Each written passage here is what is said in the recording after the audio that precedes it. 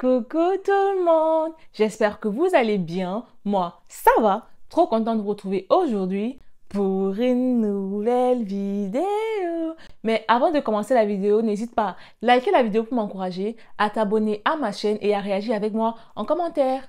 C'est quoi être une bonne femme en 2025? C'est quoi être une femme mariable en 2025? C'est la problématique de cette vidéo. Bon, déjà, je vais vous dire le pourquoi du comment de la vidéo. J'ai quelqu'un dans mon entourage qui est déjà en âge, voilà, de se poser, de se marier et tout. Et sa maman lui a proposé une femme que je connais très bien.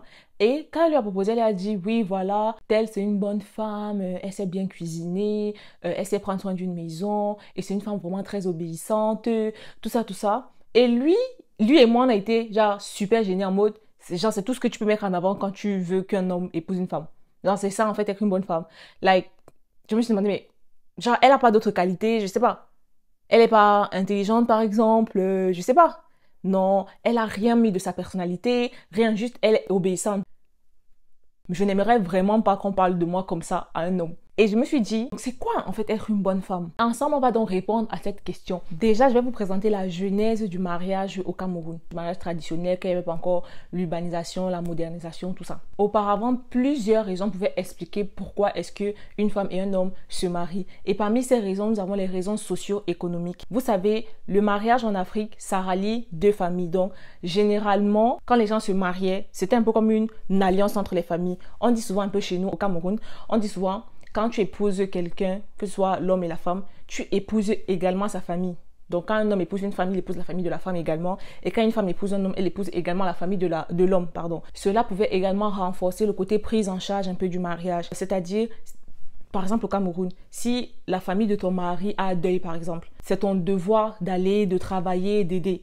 Et dans la famille de la femme, si quelqu'un a un problème, financièrement parlant, ça c'était généralement financièrement parlant, c'est le devoir de ton mari d'intervenir pour aider les membres de ta famille. Quand vous vous mariez, vous devenez une grande famille et vous devez le soutien mutuel.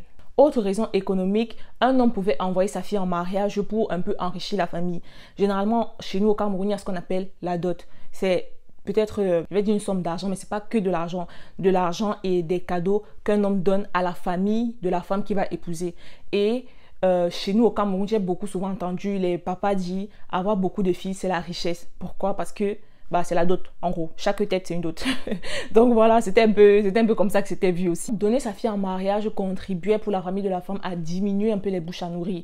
Parce que quand tu nais, tu es un peu à la charge de ton père. Et quand tu te maries, tu es à la charge de ton mari. Ça, ton mari te nourrit, ta famille n'a plus rien à voir avec toi. Donc, donner les filles en mariage, souvent, c'était également pour diminuer aussi un peu les charges de la famille. Je ne vais pas faire une généralité, donc je vais vous expliquer avec un cas particulier.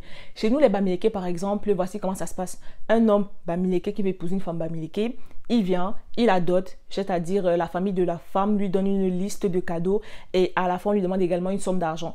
Quand il adopte et tout, il la prend, il la ramène chez lui, il a le devoir de lui donner une terre qu'elle cultivera pour se nourrir, pour nourrir la maison et ses enfants. Une autre raison vraiment des plus primordiales du mariage à l'époque, c'était d'assurer sa descendance. Tu te mariais avec une femme pour qu'elle puisse te faire des enfants, pour que ta progéniture continue à s'agrandir. Et généralement, pour une femme, chez nous les Bamileke, vous voyez, on a souvent certaines formes et tout. Et quand tu avais ces formes-là, parce qu'on dit des femmes qui ont un grand bassin qu'elles sont fertiles. Donc, c'était vraiment un critère de sélection à l'époque quand tu voulais te marier. Est-ce qu'elle est fertile ou pas? Vu qu'il n'y avait pas encore la médecine vraiment pour définir si tu étais fertile ou pas, on se basait très souvent sur les traits physiques. C'était très important pour une femme de pouvoir faire les enfants garçons.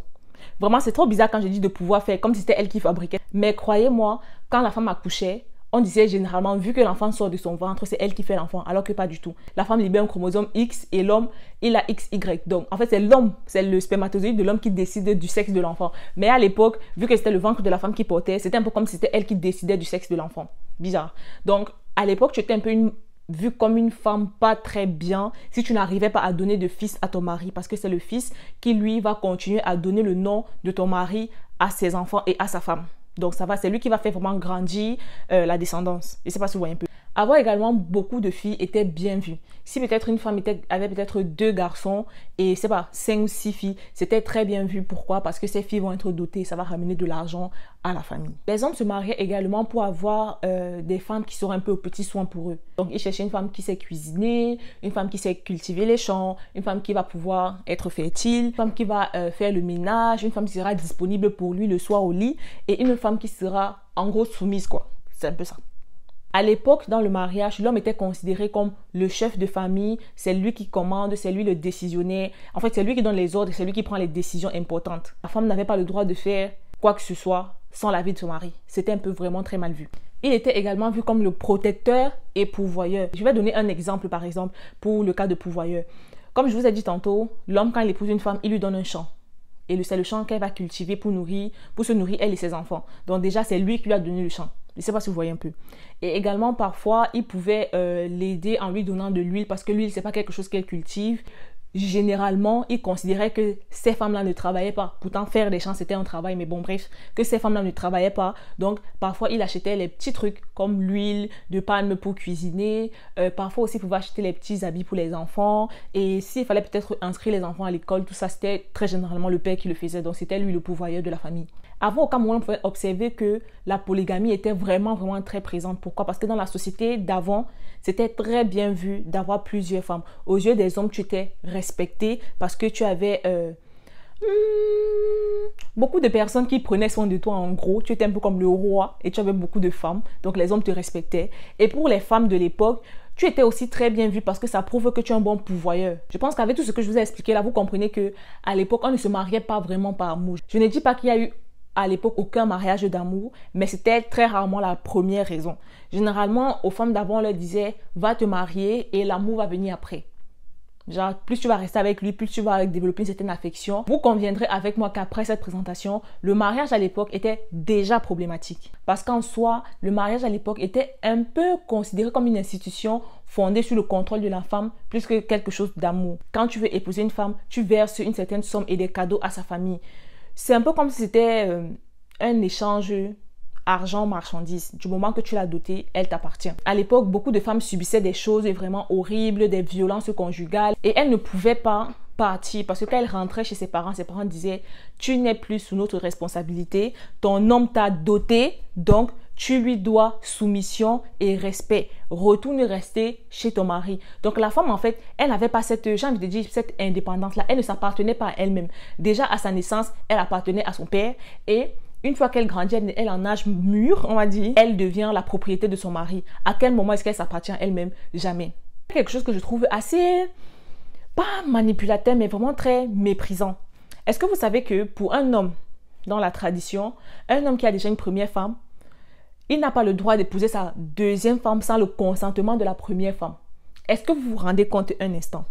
Et le pire dans tout ça, c'est que toi, étant la première femme, c'est vraiment très mal vu si ton mari veut épouser une autre femme et toi, tu ne viens pas la chercher. Et toi, tu es un peu difficile, tu es un peu réticente. On va te voir comme une mauvaise femme.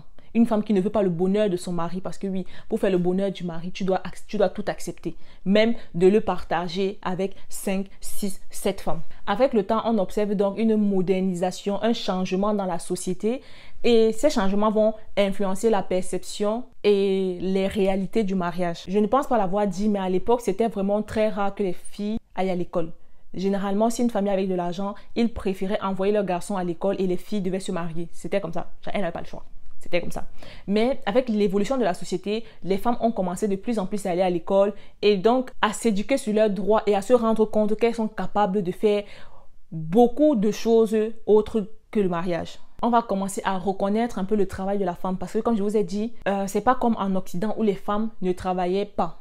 Parce que oui, les femmes noires, surtout les femmes noires d'Afrique, ont toujours travaillé. C'est juste que ce travail n'était pas reconnu. Pour la société à l'époque, c'était un peu comme leur devoir. Je ne sais pas si j'explique bien. Comme je vous ai dit tantôt, les femmes allaient au champ et c'était leur devoir d'aller dans les champs. Pourtant, c'était un travail en soi. Et tous ces changements ont eu un impact considérable sur les relations à l'époque. Donc, on va voir des femmes qui aimeraient se marier par amour. Et j'aimerais encore le dire. Je ne dis pas que ça n'existait pas avant. Mais c'était très peu. Et très souvent, les gens s'aimaient. Mais c'était vraiment difficile pour toi de te marier avec l'homme que tu aimes. Donc voilà. Et on est donc arrivé dans une société où les femmes privilégiaient les relations d'amour, des relations de respect. Du moins privilégiaient, recherchaient, on va dire. Oui, recherchaient. Et s'intéressaient un peu plus aussi à leur carrière. S'intéressaient aussi un peu plus à ramener de l'argent à la maison, à ne pas dépendre d'un homme, à ne pas manquer, en gros. On a commencé à avoir des couples qui vivent sous le même toit. Au Cameroun, chez les Bamileke, généralement, un homme ne dormait pas avec sa femme. Même s'il avait une seule femme, ils avaient toujours deux maisons. La maison de l'homme et la maison de la femme. Mais généralement, ils avaient toujours plusieurs femmes. Parce que vu qu'il avait sa maison, chacune venait à son tour dormir chez lui. Alors qu'avec l'urbanisation et la modernisation, les couples ont commencé à dormir sous le même toit, dans la même chambre. Ce qui n'était vraiment pas le cas à l'époque. Vraiment, le fait de dormir dans la même chambre, je pense que ça a tout changé. Le fait de dormir et d'avoir juste une chambre, en fait, ça change tout dans la dynamique du couple. Ça fait en sorte que vous ne vous voyez pas que pour vous accoupler, on va dire. Parce que à l'époque, quand un homme il avait sa maison en bas, chaque femme venait à son tour. Et généralement, quand tu venais à ton tour, ça veut dire que chaque fois que c'est ton tour, tu vas libérer un peu. Chaque fois que tu viens, tu dois satisfaire ton mari un peu, tu vois. Donc, il n'y a pas ce truc-là de vous êtes juste ensemble et vous dormez. Pourtant, si vous vivez ensemble tous les jours, il y aura forcément des nuits où vous allez rentrer, il est fatigué, toi tu es fatigué, vous allez juste bavarder et dormir. Et quelque part, ça renforce quand même les liens du couple. On va commencer à avoir une société qui est vraiment, vraiment influencée par la société occidentale, par la société européenne. Étant donné que dans la société occidentale moderne, la polygamie est assez mal vue, les femmes ont commencé à se dire « Ah, ça veut dire qu'en gros, je pourrais avoir un mari et il est pour moi seul. » Donc, on va avoir une émergence de la monogamie, généralement par les femmes, et aussi la reconnaissance de l'infidélité. Accentuée également par l'arrivée des religions. Oui, parce qu'à l'église, on va te dire un homme doit être fidèle à sa femme. Mais on n'y est pas encore, parce que jusqu'à aujourd'hui, l'infidélité n'est pas assez mal vue dans les sociétés africaines, je trouve. C'est pas assez mal vu. C'est encore, it's okay. Like, il n'y a pas mort d'homme, tu vois. Maintenant, on va un peu parler des mariages d'aujourd'hui. Des mariages du 21e siècle. Et on ne va pas aborder ça de la même façon qu'on a abordé les autres. Les autres, c'était un peu pour vous expliquer, pour vous mettre dans le bain, pour vous mettre un peu dans le jus de ce dont je vais parler maintenant. Parce que le but de cette vidéo, c'était vraiment de parler des mariages aujourd'hui. Mais il fallait d'abord comprendre la jeunesse, le pourquoi du comment de certains trucs. Parce qu'il y a beaucoup de personnes qui veulent garder les trucs d'avant. Mais si tu leur demandes pourquoi est-ce qu'on faisait ça avant, ils ne seront même pas capables de te dire ça. Figurez-vous que avec la société actuelle, une société où il y a l'inflation, une société où c'est presque impossible de voir un couple où les deux personnes ne travaillent pas sans sortir, il y a toujours de grosses attentes sur le dos des femmes. Que tu sois ingénieur, que tu aies des diplômes, tu auras toujours des hommes qui vont vouloir de toi que tu sois leur domestique, que tu sois leur cuisinière, que c'est ton devoir de femme. Parce que c'est la tradition. Parce que c'est la culture.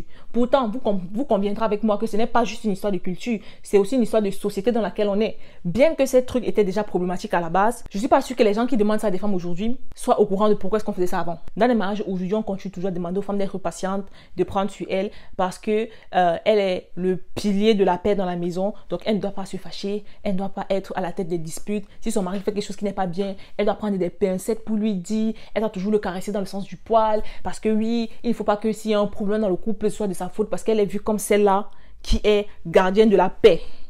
Elle ne peut pas amener les disputes. Elle ne doit pas. Et même s'il y a une dispute, qu'elle ait raison ou pas, elle doit être celle-là qui vient un peu caresser son mari dans le sens du poil pour apaiser les tensions. Parce que c'est la femme. Minimum le bac. Eh oui. Si une femme n'a pas fréquenté, si elle n'a pas au moins le bac, pour un homme alors qui a peut-être un doctorat ou bien qui a beaucoup fréquenté, il va vouloir une femme qui a un minimum un master, minimum une licence. Elle doit être intelligente, elle doit avoir bien fréquenté, mais elle doit en même temps être domestique. Oui, parce que c'est son devoir de femme. Ils veulent des femmes qui ont fréquenté, mais ils ne veulent pas des femmes qui soient plus intelligentes qu'eux, qui soient plus... Ouais, carrément, ils ne veulent pas des femmes qui soient plus intelligentes que tu dois avoir fréquenté, mais tu dois quand même être intellectuellement en dessous d'eux. Parce que eux, ce sont les hommes et toi, tu n'es qu'une femme. Il y a deux camps. Ceux-là qui veulent que tu restes carrément à la maison et vous ne devinerez jamais pourquoi. Vous savez pourquoi? Parce que c'est elle qui va éduquer leurs enfants. Oui, ils ne veulent pas d'une femme bête qui va inculquer du n'importe quoi à leurs enfants. Donc, ils sont à la recherche de femmes intelligentes. Comme ça, elles vont prendre leur intelligence, elles vont rester à la maison avec, s'occuper de lui, être leur domestique, tout ça, tout ça. Et c'est encore elle qui va s'occuper de l'éducation des enfants. Oui, oui. Oui, parce que on est encore dans une société où certains hommes pensent que l'éducation des enfants, c'est une affaire de femmes. Avec tous ses diplômes, avec toutes ces formations qu'elle a fait, avec tous ses rêves, toutes ses ambitions, elle va rester à la maison pour s'occuper des enfants, pour chérir son mari et pour nettoyer après lui. Et vous avez un autre cas, pour moi, ça c'est vraiment les pires. Ceux-là qui veulent une femme qui a fréquenté, qui veulent une femme qui travaille, une femme qui est permifiée, une femme, bref, une femme de la société moderne, quoi. Mais avec tout ça, elle va rentrer le soir, faire la cuisine pour monsieur. Pourtant, nous deux, on est sortis le matin. On est rentré à la même heure. Mais moi, je dois cuisiner. Parce que c'est mon devoir de femme. C'est mon devoir de femme. Même les jours où monsieur est en week-end, il passe chercher quoi la cuisine? Il passe chercher quoi la cuisine? Donc, on a donc des hommes, je vais dire littéralement des hommes de l'âge de pierre dans une société moderne. Il y a un problème. Genre, lui, il allait à l'école pour réaliser ses rêves. Toi, tu es là à l'école pour venir éduquer sa progéniture. Non, mais on est où là? Il veut une femme moderne, mais avec les valeurs traditionnelles. Oui, parce que quand on parle de culture, pour eux, c'est ça la culture. Pour eux, la culture, ce n'est pas savoir parler sa langue maternelle. Non, c'est pas ça la culture pour eux. Parce que la plupart d'entre eux ne savent même plus parler leur langue maternelle. Ne savent même pas parler leur langue maternelle. C'est ça la culture. Mais ils vont te dire non, on doit garder les valeurs, on doit garder la culture. La culture, c'est pas ça. La culture, c'est est-ce que tu connais tes danses traditionnelles? Non. Tu connais parler ta langue maternelle? Non. Tu connais, je sais pas, comment on s'habille chez vous pour certaines occasions traditionnelles? Non. C'est ça la culture. La culture, c'est pas quelque chose qui est gravé dans le marbre. La culture évolue avec la société dans laquelle elle se trouve. Et sachez que dans les cultures, dans les traditions, il n'y a pas, c'est pas tout qui est bien. Genre, c'est pas tout qu'on doit prendre. Parce qu'il y a des choses qu'on faisait avant. Par exemple, je vais prendre l'exemple. Les femmes en Afrique de l'Ouest qui se font, par exemple, exciser. C'était la tradition. Ça fait partie des traditions. Mais est-ce que pour autant, c'est quelque chose qu'on doit continuer à faire? Quelque chose qui fait souffrir des millions et des millions de femmes? Non! Comme je disais tantôt, vouloir un mix des deux, c'est insane. C'est incohérent. Tu ne peux pas mettre indépendante et soumise dans la même phrase. Tu ne peux pas prendre ces deux adjectifs pour qualifier une même personne. That's get me. Ça ne fonctionne pas. C'est quoi la soumission? La définition de Google. La soumission désigne l'état ou l'attitude d'une personne qui accepte une autorité, une domination ou des règles sans opposition. C'est-à-dire, tu n'as pas ton mot à dire. Tout ce qu'on dit, tu acceptes. En fait, être soumise, être comme béni, oui, oui. L'indépendance même, c'est exactement l'opposé de la soumission. Même ce mot est tellement problématique. Une femme qui te dit, elle va te respecter, c'est la base. Ça ne veut pas dire qu'elle sera soumise. Le respect, ça ne veut pas dire accepter tout ce que tu dis ou bien te donner raison à chaque fois. Non, c'est pas ça, le respect. C'est l'éducation. Et j'ai parlé vraiment avec des garçons l'autre jour et je me suis rendu compte que les hommes, ils ont vraiment du mal à en remettre en question l'éducation qu'ils ont reçue.